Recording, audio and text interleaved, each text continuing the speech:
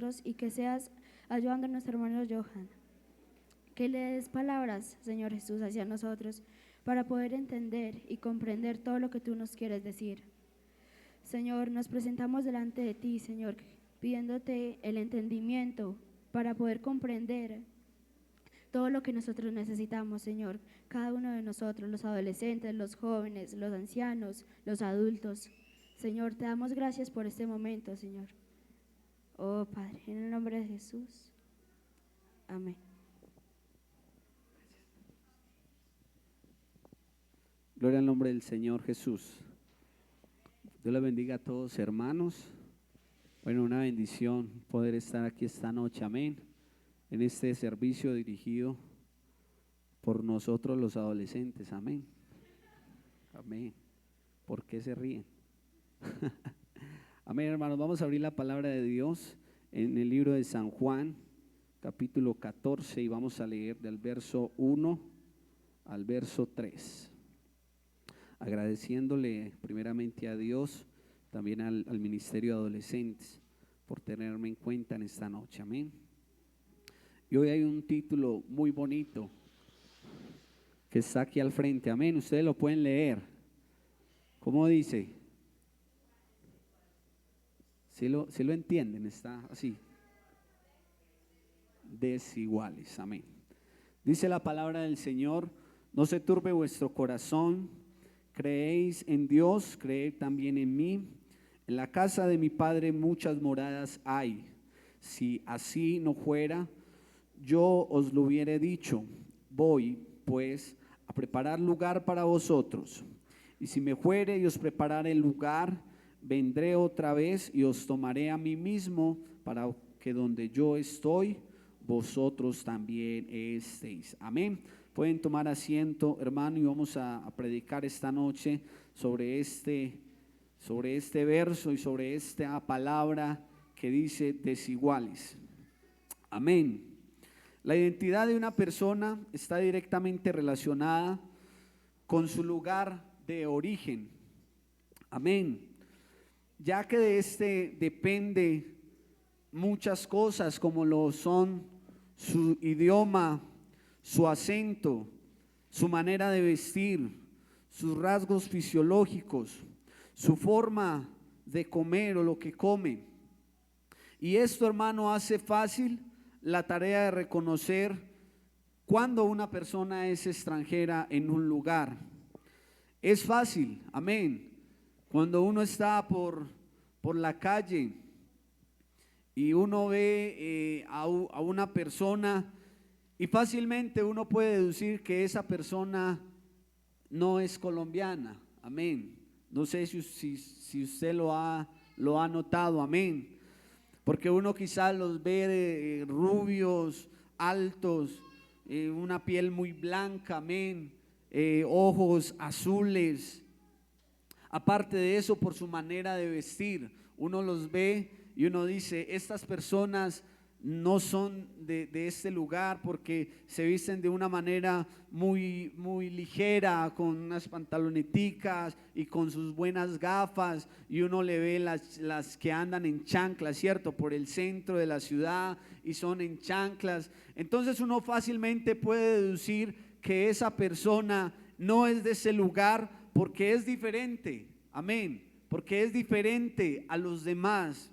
O cuando usted habla con una persona y esa persona le dice, ¿qué chino? ¿Cierto? O le dice, ¿cómo dicen los costeños? Ajá, eso, ajá. Y los de Venezuela, ¿cómo es que dicen mucho? No vino el hermano Andrés. Ellos tienen una palabra que siempre, y cierto, dicen como pero dicen ete. Entonces, son rasgos, hermano, que uno fácilmente deduce, esa persona no es de esta nacionalidad. Y muchas veces, hermano, no tienen que ser personas de otro país. Cuando una persona de la montaña, amén, ¿cierto? Que les decimos con cariño montañeros, ¿cierto? Porque son de la montaña, vienen de pueblos y llegan a este lugar. Quizás es fácil a veces notar que son de una ciudad, ve que son de la montaña. O cuando uno que toda la vida vivió en la ciudad y va a una vereda, hermano, todos lo miran raro porque se le nota a uno que es de ciudad. Yo, por ejemplo, cuando he ido por allá al pueblo donde es mi esposa, hermano, ellos van a pasar de un lugar a otro y eso es un poco de pantano y ellos pasan todos fácil, pam, pam, pam, pam, pum, pum, ya están allá, ¿cierto? Y voy a pasar yo y eso es pam, la caída, pum, la caída, pin, la caída y llego allá. Y llega uno al lugar donde va a ir y ellos todos limpiecitos, normal, ¿cierto? Con su ropa normal y uno lleno de pantano, los zapatos los metió en pantaneros, ¿cierto? Y lo miran a uno como que este no es de por acá, ¿cierto? Porque hay diferencias, hermano, y eso delata, por eso decía en el principio, que el lugar donde uno es, donde uno ha vivido, donde uno nace, le impregna a uno ciertos rasgos que lo hacen siempre que lo reconozcan que uno es de ese lugar, como el paisa, ¿cierto? El paisa, uno dice, este es paisa, ¿sí o no? Porque las personas así se vayan de un lugar a otro, traen impregnado el idioma, el acento, la manera de comer. También, hermano, se puede notar por su nivel intelectual, ¿cierto? Uno nota cuando una persona es muy estudiada y tiene maestrías y tiene doctorados de otros países, que se fue a Rusia, que se fue a Suecia, que se fue a Estados Unidos a estudiar, y también en su nivel socioeconómico. Muchas veces me ha tocado de pronto transportar a personas que son de otros países y es fácil ver que ellos, por ejemplo, los gringos, cuando paramos de pronto en un semáforo y para ellos es tan natural sacar un billete de 10,000, 20,000 pesos y dárselo a las personas que trabajan ahí en los semáforos limpiando los vidrios, ¿cierto? Vendiendo confiticos. A mí me ha pasado que ellos cogen y abren la ventana y le dan un billete, como decimos nosotros, un billete largo y uno como que, ¿cierto? Uno se asusta, uno dice que… Pero para ellos es normal, hermano, porque el nivel socioeconómico de otros países es diferente al que estamos nosotros acostumbrados. Una vez le hice un servicio a una persona y el servicio era de 70,000 y él sacó 250,000 pesos y me los dio y deje así tranquilo, ¿cierto? Y uno se queda como asustado, ¿cierto? Pero porque hay diferencias, hermano.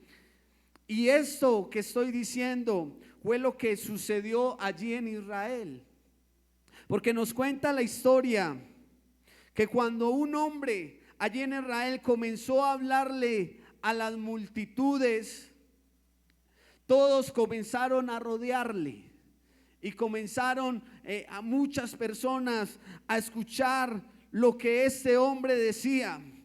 Y no solo lo rodeaban, sino que también donde él se movía, allá iban ellos. Si él se movía al desierto, ellos se iban al desierto a escuchar lo que él hablaba. Si él se iba para una ciudad, también allí los seguían.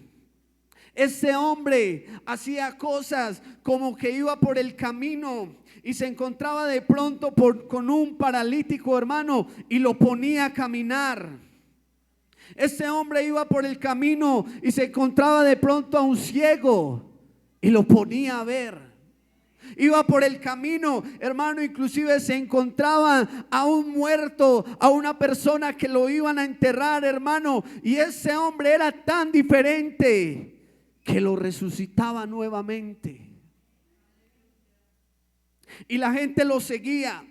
Y lo seguía de noche y lo seguía durante el día, días enteros, semanas iban, porque ese hombre convertía el agua en vino, porque ese hombre multiplicaba la comida, porque ese hombre andaba sobre el mar y calmaba la tempestad. Yo no sé si usted sabe y conoce de aquel hombre que yo estoy hablando. Aleluya. Y todo esto que hacía, hermano, la gente, los más sabios, los más inteligentes, los más intelectuales, todos los ricos los seguían, porque ellos tenían una pregunta para hacerle a este hombre.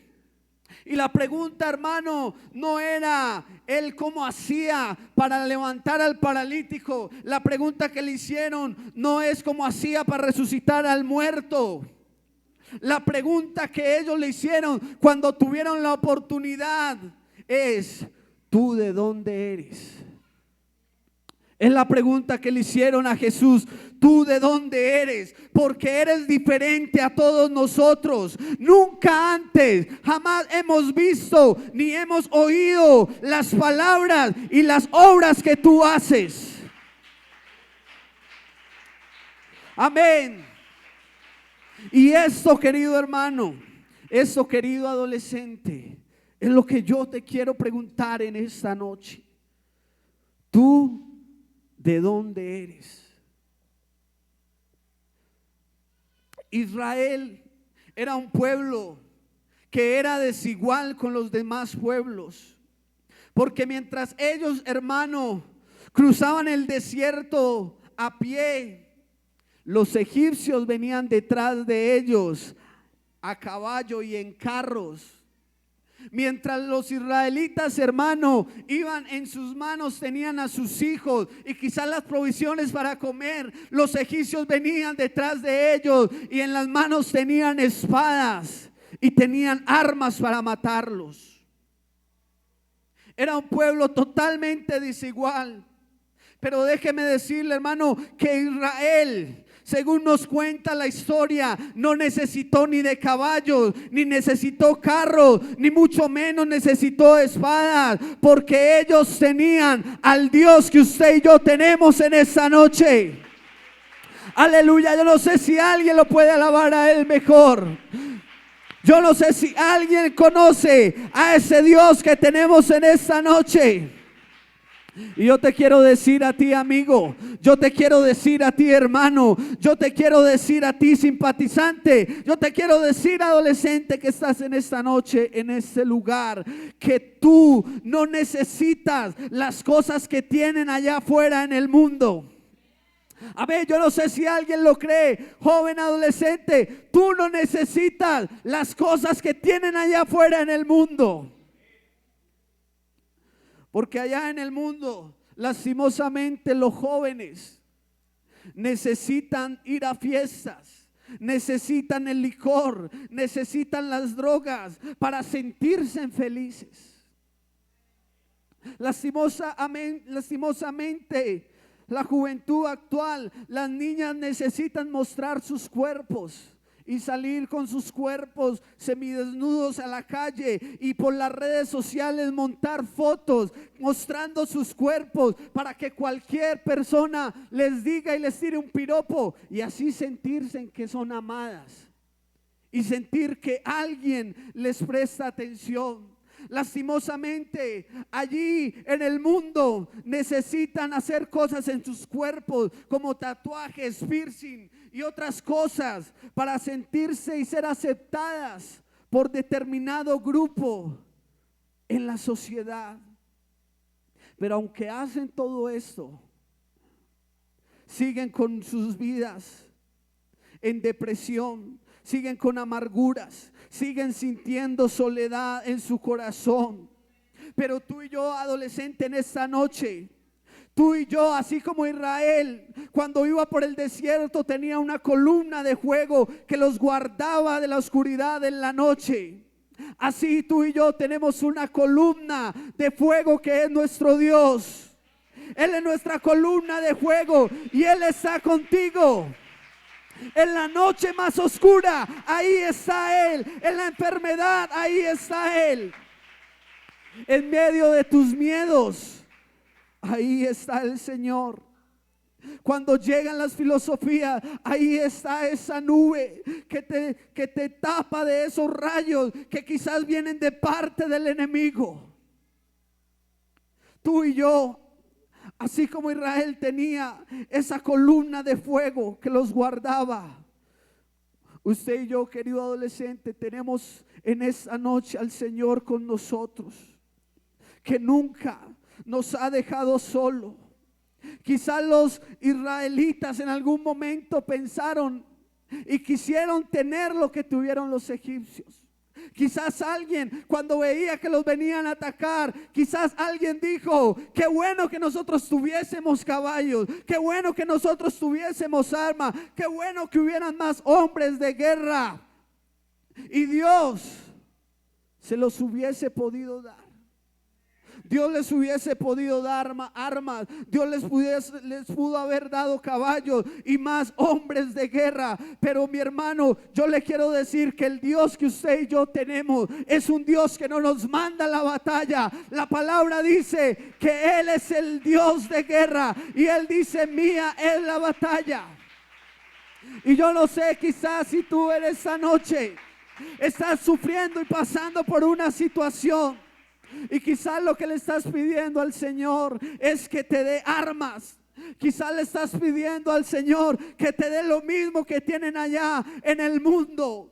Pero yo te quiero decir que así Israel, el Señor le hubiera dado sus armas, sus caballos, y hubiesen peleado contra Egipto, no era segura la batalla, porque así el Señor los dotara, podían perder. Pero cuando Dios, hermano, es el que pelea por ti, cuando tú no te preocupas por la guerra, porque tienes de tu lado aquel que te dice: tranquilo, tranquilo, porque yo peleo por ti.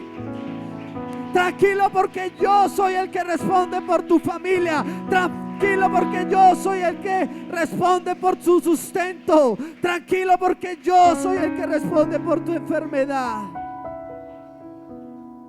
Créame, hermano, que cuando usted deja las cosas en las manos del Señor, la victoria es segura. Así como Israel tenía la victoria segura.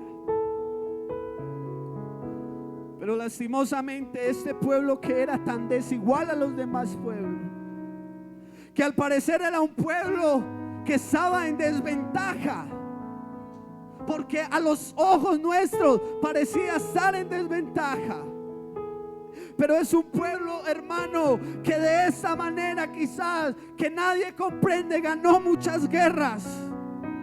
Que cuando los enemigos iban a pelear contra él, se confundían y entre ellos mismos se mataban.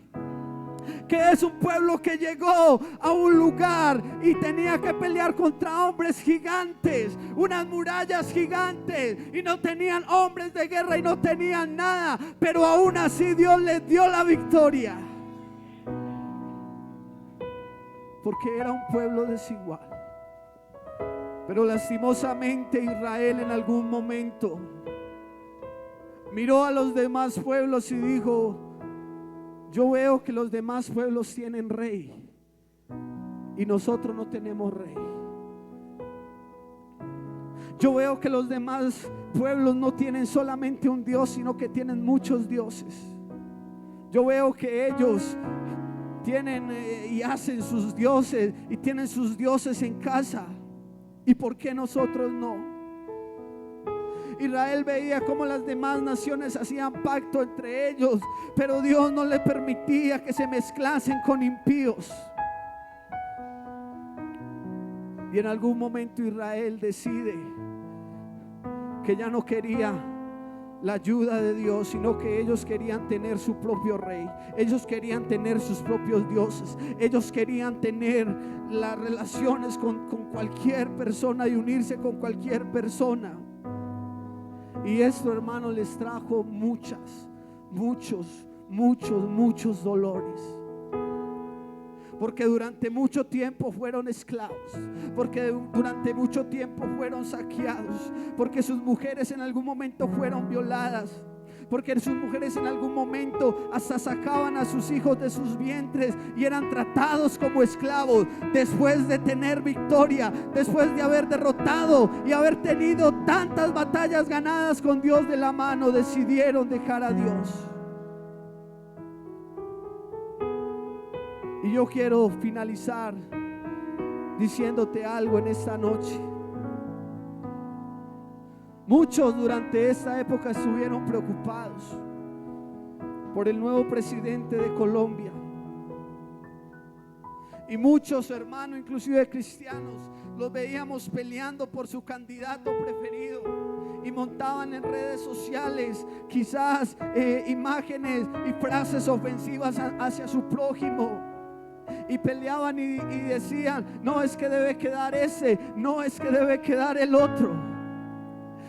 Y yo te respeto tu posición política y yo te respeto tu pensamiento, mi hermano, pero algo que yo te quiero decir en esta noche con todo el amor y en el nombre de Jesús es que, iglesia, no se nos puede olvidar que nosotros no somos de esta tierra.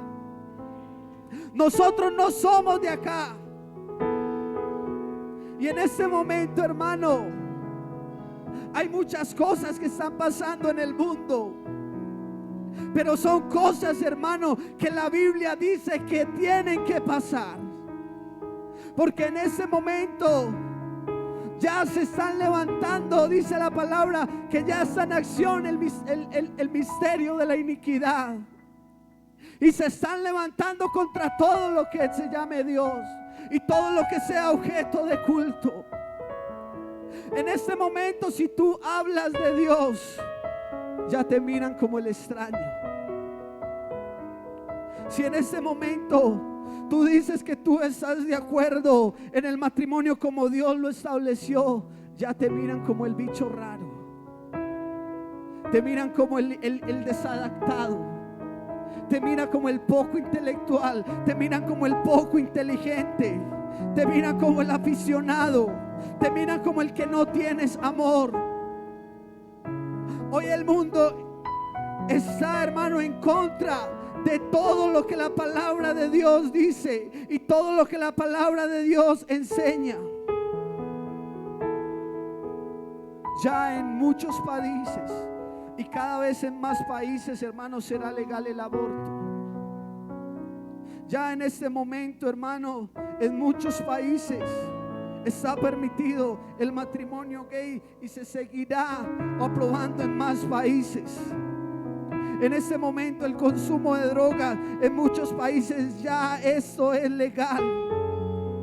Y hay cristianos que se notan preocupados y sufriendo por lo que está pasando en el mundo. Hay cristianos que aún creen que un presidente aquí en la tierra va a organizar las cosas. Pero yo te quiero recordar, hermano, que la palabra de Dios dice que todo se está preparando para que se levante el hombre del pecado y el hombre de iniquidad. En este momento yo te quiero traer a reflexión, hermano de adolescente. Tú y yo no somos de este mundo. Tú y yo somos desiguales a los demás. Tú y yo hablamos diferente. Usted y yo pensamos diferente. Usted y yo nos vestimos diferente. No, hermano, porque queramos ser rebeldes, no porque queramos ser peleones, no porque queramos aborrecer a los demás, sino porque usted y yo somos del reino de los cielos. Y dice la palabra de Dios: yo les he dado tu palabra y el mundo los aborreció, porque no son del mundo, como yo tampoco soy del mundo. Y dice: no te ruego que los quites del mundo, sino que los guardes del mal. no son del mundo, como tampoco yo soy del mundo. Póngase de pie esta noche. Cierre sus ojos y medite un momento en esta noche en la palabra que usted ha escuchado.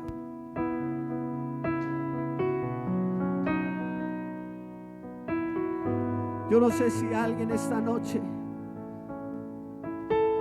quiere ser diferente a los demás. Yo no sé si alguien esta noche ha venido luchando y quizás ha venido sintiéndose mal porque quizás en su colegio, quizás en su trabajo le han venido diciendo: pero tú, ¿por qué no haces esto?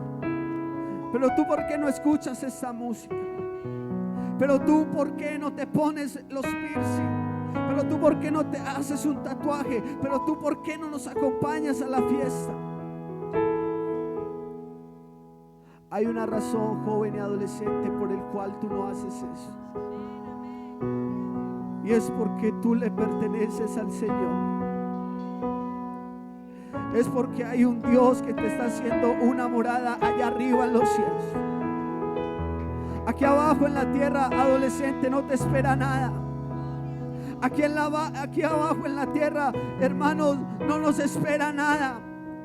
Aquí no podemos tener nuestro tesoro. Aquí en la tierra no podemos tener nuestro corazón, porque el Señor está pronto a levantar su pueblo.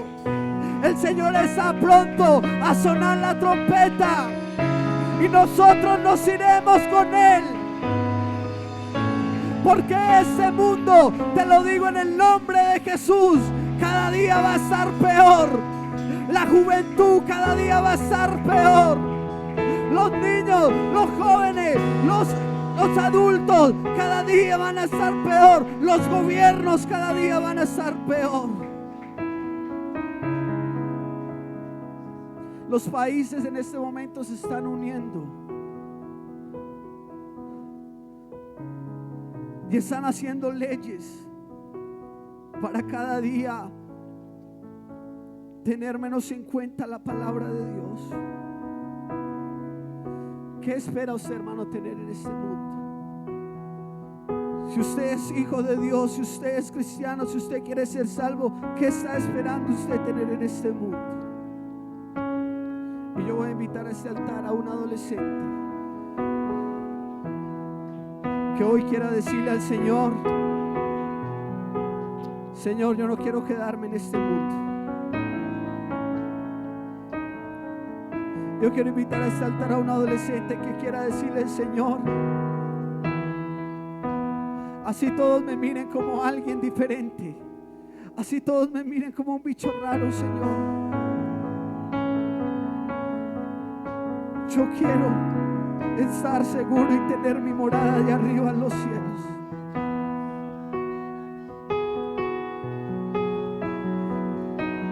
Aleluya, aleluya,